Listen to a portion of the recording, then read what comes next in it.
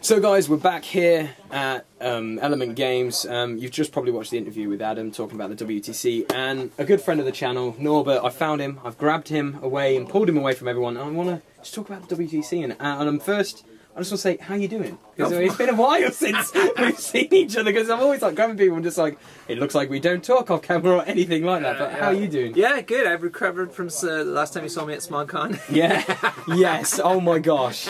That was, it was brilliant. The best thing is, like, Kevin, me and Neek were PP and we were doing the midnight shift, and you come in and you're just having the... Yeah. I'm never going to see you probably ever at that stage ever again. It was the witching hour, wasn't it? It was great. It's like, let's play War Machine! It was just like, why haven't I got my camera out for this? And it's just like, it's just perfect. Did it really happen? So good. Yeah. But no, so, what are you playing now? I switched to Kador, Big Red, back forward. Ages. 5 years or so since I've played them. So, what are you running? Well, I have been playing the Butcher 3, Vlad 3, and Sorcerer 1 kind of combination. So, cool. Yeah. But I'm going to Iron Moot in 3 more weeks. Nice. Yeah, and I'm going to be playing hardcore there. So I think I have a Butcher 3, a modified Butcher 3 list for that. Sweet. So I'm looking forward to that. And I'm also in a 35-point steamroller, and so I'm going to play Vlad 2 and Butcher 3. Nice. Yeah. Yeah, I'm running Vlad 2 this weekend, and he's a lot of fun. He doesn't see table, and I'm kind of surprised by it. He's pretty good. Yeah, well, you know, his feet certainly is even better at 35 points, so that's why I figured. Yeah. It's money. Let's just make it rain. Yeah. But no, I'm just thinking rain everywhere.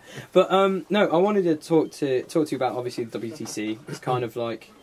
For you, obviously, judging it and stuff like that, you see it from a different aspect to other people that I've interviewed so far here. Right. And I just wanted to see how's it going and what's the whole process of that? Because obviously, people who are new to War Machine competitively and want to figure out like what's the deal with all this stuff. Because when I started, I sure as heck didn't realise like, oh, I could play for my country. What the heck? What, that doesn't make any sense. Sorry to interrupt you. Go for it. You haven't seen Jack and Steve about, have you? No. I've lost them. I sort of assumed they'd be in here buying new armies because they've got 15 minutes and nothing better to do. I think they're looking at a box of Age of Sigmar over there. That's it, yeah. Everyone's just... So how's it been the whole process so far this year? Fine. The Irish team is rocking it. The logistics team that are putting it together in Ireland are doing a great job. They're keeping us updated on things. It's looking fantastic. So I'm really looking forward to the venue that they have. Plus, all they're going to have these nice mouse pad type mats made custom for the WTC. They have the terrain underway. I'm really looking forward to what they put together because it looks real quality. So it's going to be a good experience from that perspective. The team that's coming over to live stream it and also recording games is a notch above. I mean, it's really going to be like an esports production level kind of thing going to happen on there. It's going to be fantastic.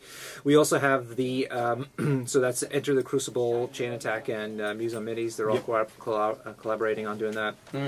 And we also have the Page 5 guys coming. They're going to be recording a whole nother set of games. So there's going to be at least 2 teams, so four teams altogether, 2 matches. So there's going to be a lot of content. A lot of content coming out of WTC. Some of it live and a load of it recorded for broadcast later. And also on the Solo Masters side, we've got mid-60s or so Solo Masters players coming from all around the world. I mean, it's like a mini global tournament, really. And that's also being recorded by Owen from Hobby Geek Gaming. Oh yes, Owen, right? Yeah, Owen Carmichael. So he's going to be recording those games as well. So that's going to be getting some attention. So it's definitely every year we've been able to improve the offering for the players and for the global community as well. So even though it is only a select certain set of people coming to play for their country, I think we're really getting the entire global community involved at the same time.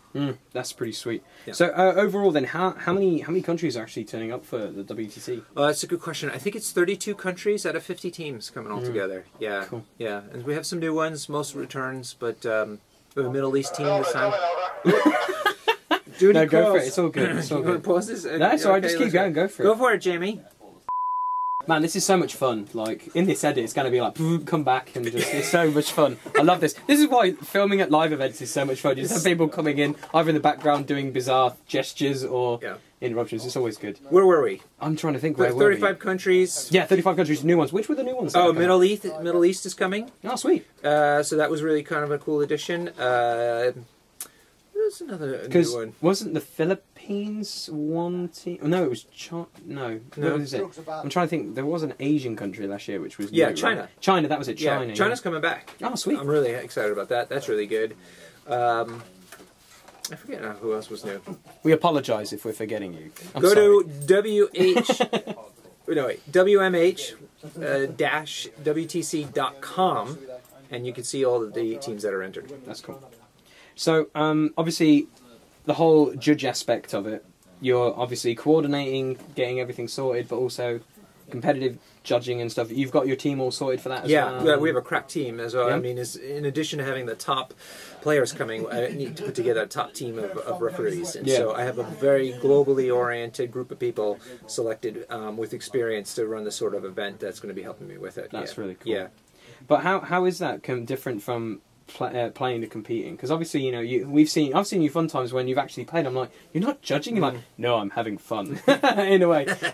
So it seems like you've got like the perfect balance of like of you know, being a press gang and also enjoying it. But do you prefer playing it to judging it? Or no, I do equal measures. Equal what measures, I try to do these days. Yeah, when I first came to Europe, I did a lot more judging to kind of help get things moving in a certain direction. And now that that's happening, I've switched back to doing like about half and half the time. That's cool. Yeah, that's really good. No, it's because I always see you at tournaments and it's fun. Like this is how funny it was. I never knew of Norbert until someone said.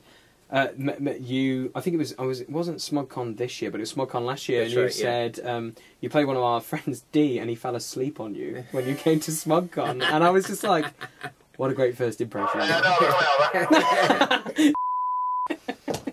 It's all about the lunch. Good. It's always good. Yeah, just feeding the 5,000 basically. Isn't it? so no, because we're here at the ETC. How's it been ETC this year? What do you think of it? Like, is it the best one actually of the bunch. Yeah. It's been, first of all, it's been going for a long time. We were just thinking about it last night. I think it's 5, maybe 6 years now going, which is really cool.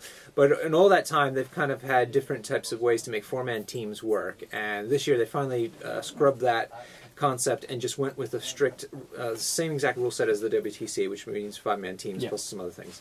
And I think that was a brilliant move. The place got packed right away. All the teams here got an experience just like the WTC, which is valuable, and also the actual national teams got to play. And so it was a great practice event. I think hopefully next year, with some pre-planning and getting the dates sorted out, we're hoping to have even more European nations come over to try to kind of do a shakedown of the WTC before it happens, because it's only going to happen in less than 2 months now. Yeah, it is. It's always interesting, like seeing how we've like most of the tournaments is always spaced out really well. Like it always seems like we've got this and then we've got that, because I know it's like from here it's then you've got Iron Moot and then you have the WTC, right? That's right. Yeah. And after that you have Blood and Oil. Blood and Oil. Blood and Oil. And ClogCon. And ClogCon as well. This year. Yeah. Yeah, it's like non-stop all the time. It's just the beauty is that Europe now has a load of 3-day American style conventions over the course of the year. We could even use one more in the springtime, but other than that, it's like almost every other month or every 3 months or so that one comes up. So you've heard it. You've heard it here. Norbert wants another one. So if you're out there and you're thinking, possibly talk to me. Talk to me. Let me help you. And he will. Literally, he will take it on board and just go for it. Yeah. What else we've talked about the WTC. We've talked about what you're playing. How's the process been from last year's to this year's WTC? Because obviously you said there's been some changes. What has been some really big changes? Obviously we talked about the whole broadcasting system. That sounds awesome about the whole esports thing. Yeah. Is there anything that you think will benefit players who are coming to the WTC from last year that have made significant changes to this year, should we say? I don't know. I think it's just the team is very experienced at this point. A lot of the players, a lot of the people behind the scenes are very, the same. We've made refinements because a lot of those guys were also players on teams, and so they know what works, what doesn't work, as far as like how the terrain should look, how it should be shaped, and how much of it there should be. We've learned about how to turn over the rounds really quick. Rich Wald, the data guru guy, yeah, he's got his system down now, and he's got some extra refinements in mind to make the list checking a lot faster and getting the list published much faster, and also processing results on site faster. So it's all a matter of degrees of refinement of it, because we feel like the basic system works well, the rules pack is working well, so we haven't made major changes in that regard. So it's all about getting it more refined, and then also bringing it more to the greater community via the social media partners that we've got. Okay, guys, go for it. I might like to... One more thing then. Obviously you're American. You'll be cheering obviously for Team America. But is there any teams that... Because I always ask you this, because whenever we talk, like when we're not recording and stuff, you're always overexcited about new teams coming. But there's other teams that are just like, you seem like they're on fire right now. They seem really good. Because I remember... Scotland. Yeah. Scotland's on fire right now. Yeah. They are very, very solid. They've been locked in for a while. They're playing well. They've been practicing at a lot of different events, not just the ETC. This may be their year. Yeah. Is that like the team you think is... like hot favourites to win it possibly, or is like no, because obviously being biased, I would love England to win it. We obviously played Team Scotland in the first round at ETC. That went really well. Thank you, Fraser. It was good. Yeah, it was good. So if they win this now, because we're almost into the final round, if they win it, it's because of this. Awesome. I know. It was great. But no. Because it's always exciting hearing new countries, like we said, like China's really exciting. Obviously, Scotland are on fire right now. Is there any other team that you think could be dark horses in the whole format, do you think? For you personally? Dark horses? Because obviously maybe there's no Canada. betting. I think Canada, maybe one of the Canadian teams. Okay. I mean, they came last year, they kind of got their act together, and since then they've had similar events happening over there in Canada, as far as I know, and so maybe be getting a more solid... no, I shouldn't say solid players, but rather kind of getting their groove on, so to speak. So I think maybe I'll put Canada as a dark horse. Because they have the best logo ever as well. It's like the moose really and everything. Good. It's flipping awesome. Yeah. We're quite traditional, the lion head and the roses. We're like cool, but that's pretty awesome, the moose head. So I just want to say again then, Norbert, thank you for hanging out as always. Pleasure. It's always good to hang out. It's always good to be on a podcast. Oh, it is always fun. Keep up the good work. Oh, it's great. I love it. But no, it's always fun because it's always interesting, because I know, like, with the interviews I've already done, it's interesting to hear it from players' view, but also from, a judge and also, like, a press ganger, because you're well known in the community as, like, Mr. Nice Guy, and I've seen you as Mr. Nice Guy, literally at SmugCon. Only Kevin, Nick and me will probably know, and whoever else was in that. Obviously Martin and the Welsh guys were there, but they were way more drunk than you. But they were on the way. I was just happy. Walking around with your lovely cocktails. But thanks Norbert again. So we're going to see you at the WTC? You're going to be broadcasting? Yeah, I'm going to try and get some interviews with the teams. I know we're doing Colossal Mania at the WTC, so I'm super excited about fantastic. that. And I know at SmugCon next year, I'm planning to run it as a Midnight Madness, so it's going to be really good. I know I'm running it at Guts and Gears Con, I think it is, in the end of August, so kind of balancing, I need to move and also make 7 more tables of Colossal Mania. Should be fun, it's always good. Really. But yeah, not at all. Sleep is overrated. It is, yeah, definitely. But it's going to be a lot of fun because, like, obviously we'll have a wrestling bout for the title, and I've said, like, personally, I want to make a nice plaque, so if you win it, you will be engraved on it for life, and have it as a literally like a WrestleMania kind of thing. It's like you won the first one, he won the second one, and have like a hilarious Hunger Games when we reach like 32, and just be like, all the winners come and fight in real, not like to kill each other, but also just like to see who's the grandmaster of Colossal. Because that'd be brutal. It's like, I only care, I don't know, miniatures, and now you're giving me guns and stuff. We're moving into esports. Why not just move into MMA style? Exactly. Games, exactly. Throwing chairs. Why not? Why not? It's what the masses want. Exactly. We got to give the people what they want. We should try and do that. See, I'm pretty positive at certain tournaments people lose their shit, and we miss this. I should walk around and try and get the people. It's like, so how do you think you feel? It's like, get out of my face. This will be so much fun.